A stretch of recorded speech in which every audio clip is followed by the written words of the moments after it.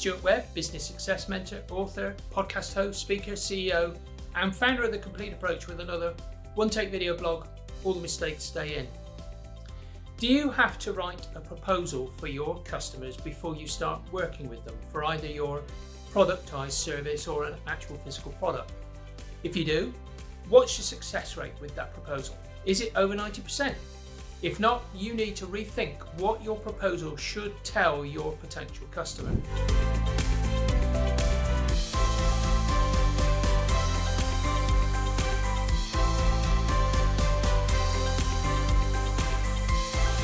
When writing a proposal, most business owners and salespeople tend to focus on themselves, which is fair enough. As business owners, we think our business is fantastic. We naturally do.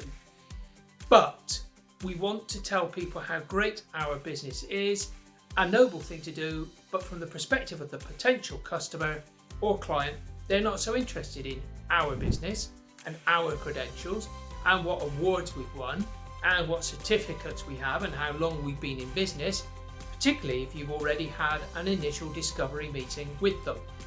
No, what they want to hear is much more about themselves. They want to know, do you understand them? Do you understand their problems? Where they're at in their business?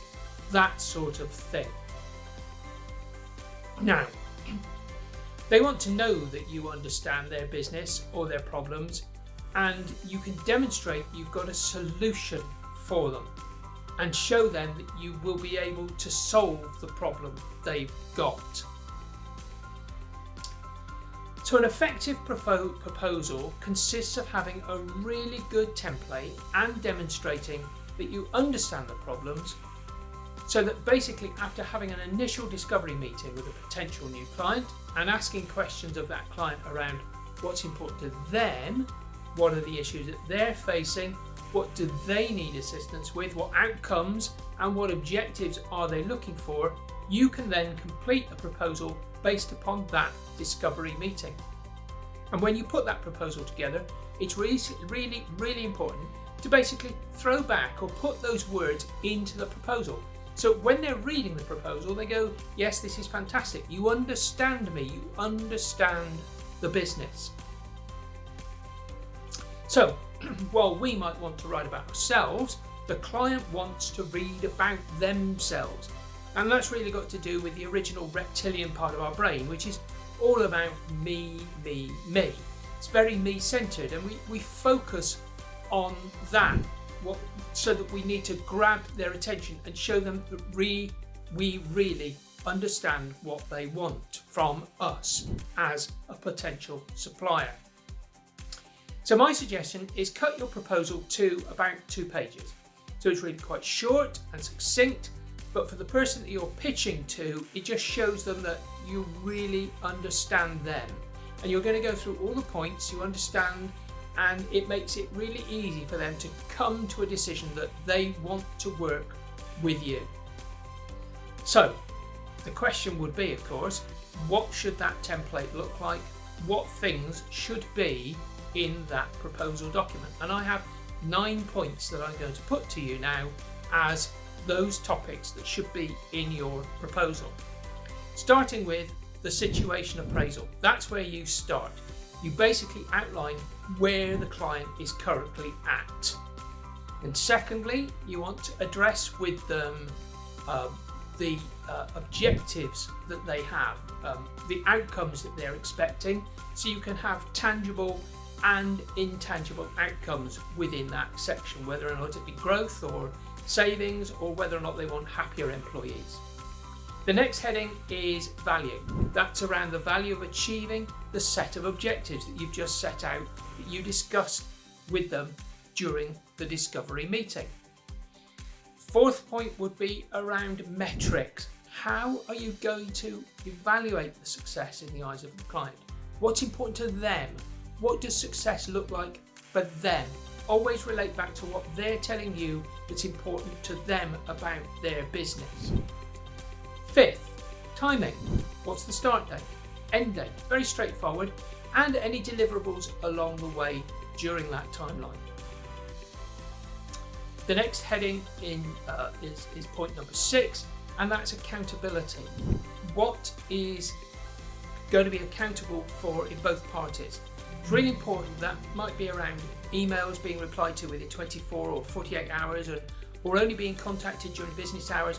You can be as specific as you want with this, and you can also help to lay out what it is that you're going to be accountable for and what they are going to be accountable for.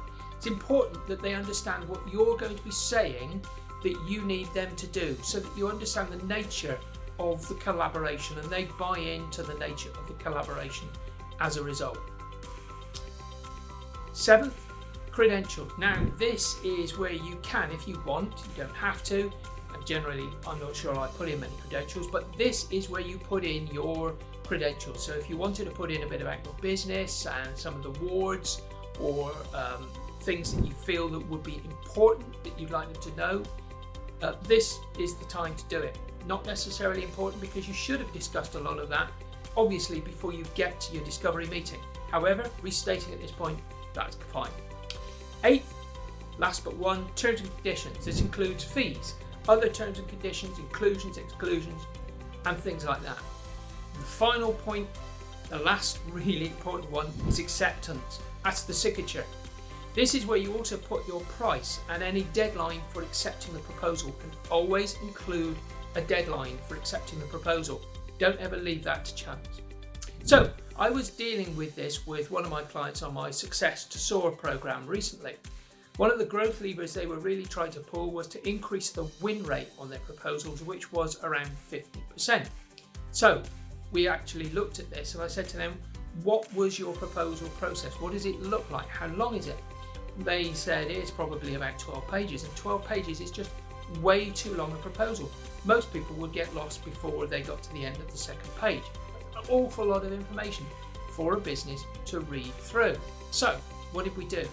I took that proposal and I cut it down, those 12 pages, to about 2 pages that we've just been discussing, gave them the headlines, based it around that template, and then used that as a way to train the sales team and the business managers around what that proposal should look like. And I told them that's what we needed to focus on.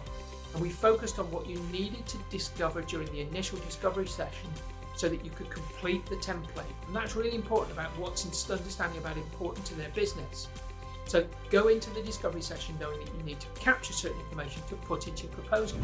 About 2 weeks ago, my contact there rang me and said, we've just pitched that in proposal 3 times and we've got all 3 of them. That's 3 out of 3. That's 100% success rate, where previously they had a 50% success rate. So the proposal's working for them. And I really want to recommend it to you as being a great way of improving your proposal success rate. Okay, that's it for today. What would you like to hear about in future vlogs? Drop a comment in the section below and let us know what you'd like to hear about.